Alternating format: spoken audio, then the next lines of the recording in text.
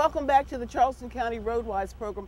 As you know, this is the program all about our transportation sales tax and how we're spending those dollars and the terrific progress that's being made in our community, in the Charleston community. I'd like to welcome Steve Thigpen, and he is Director of Transportation Development. And we're real proud of Steve because that's sort of a move up. He's a smart guy. So I got that in, now where's my money, right? Steve, what's going on and where are we? Now, we're right off of the new overpass that was built, if you want to call it that. And I'm not familiar with this road, so maybe you better bring us up to speed on where we are exactly.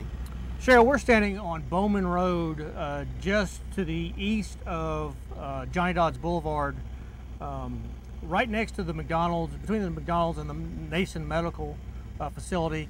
Behind us is a small bridge that not many people are aware of, that Shem Creek comes all the way up to this location and goes underneath Bowman Road and is spanned by a bridge. Bowman Road goes over the Shem Creek in a bridge. Now, what does this bridge tie us into? When we travel in this area, we get tied from where to where here? Bowman Road runs from Mathis Ferry, it crosses underneath Johnnie Dodds Boulevard, it goes over Chuck Dolly Boulevard and ties all the way over to Rifle Range Road. Wow, and so this was at one time, before the work started on this bridge, a two-way bridge or four-way, and tell us a little bit about what kind of bridge we had. What we had here was a small, short span, two-lane road. That means one lane in each direction over Shem Creek. Boy, that didn't carry a lot of traffic. No, ma'am, it didn't. There was a lot of backups here at Johnnie Dodds Boulevard, and traffic would back all the way down Bowman Road past the Kmart. Are you telling me that Shem Creek runs under this project? Yes, ma'am. Does it still? Yes, ma'am. It's still running under there? It's not very deep water, though, is it? It's at high tide. It's about 6 foot deep. Enough you could swim in. Now, is there anything special or extra that you have to do when you're building over a creek like that?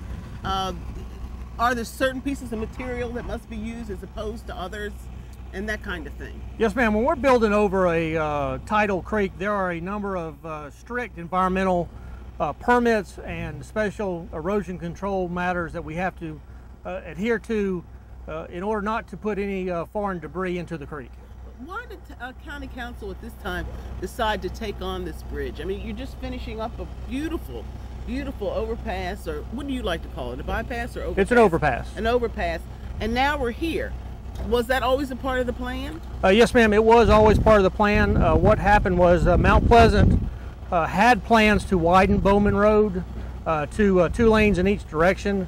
What they asked us, Charleston County, to do was add the bridge part of their project into our project because we already had a bridge, therefore giving us a better economy of scale to get a better price for their work. Now, is there going to be rebar? What kind of ingredients are going into this this new bridge? We're pouring concrete. We have rebar inside the concrete to give it added strength. The bridge will be, like I said, 2 lanes in each direction. We'll have sidewalks on each side. Oh.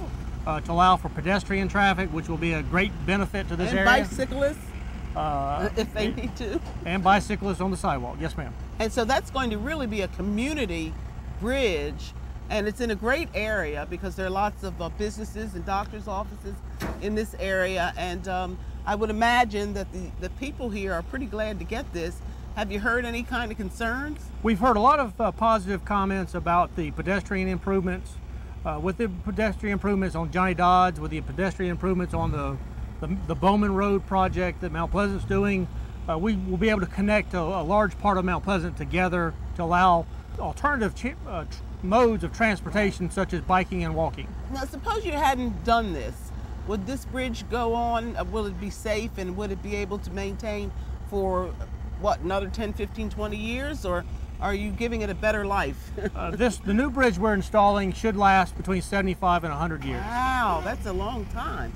And it's going to be for any pedestrians trying to get to which part of the area?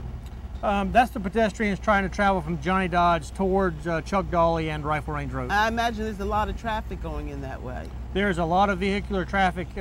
We do see a good number of walkers. There's a car to stop and ride or park and ride nearby, and a lot of people walk to those locations to catch the bus.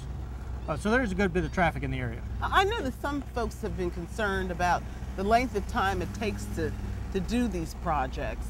Is this one, you just finished a huge one, the town of Mount Pleasant, and we should say that is doing a lot of other projects as well in this area, and you're sort of, the county and the city of Mount Pleasant are sort of working in tandem with one another. And so that's good too, because once we get it over, it's all over. Correct. The town has purposely tried to schedule all the construction in this area to go on at one time to only inconvenience the citizens of Mount Pleasant, give them the least bit of impact that we can. I know that one of the things that engineers like you and folks that are responsible for putting together our bridges, building our bridges, are always concerned about, and that is what's underneath the ground.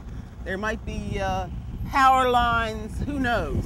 So did you have any difficulties with that, and what sort of things did you find underneath? We found some there's some high volume fiber optic cables. There's a duct bank that runs underneath the bridge. Mm-hmm. We had to be extremely careful with driving our piles in order to stay on either side of that duct bank so that we didn't have, so they didn't have to go through the extra cost of relocating those fiber optic lines.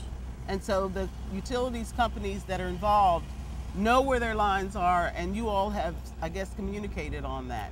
Yes, we utility companies sometimes have exact locations of their utility lines, but sometimes we have to help them by doing excavations and going down and finding those utility lines and surveying those lines in place so that we know exactly where they're at. You know, it sounds like and looks like an operation to me by professional and first-class people.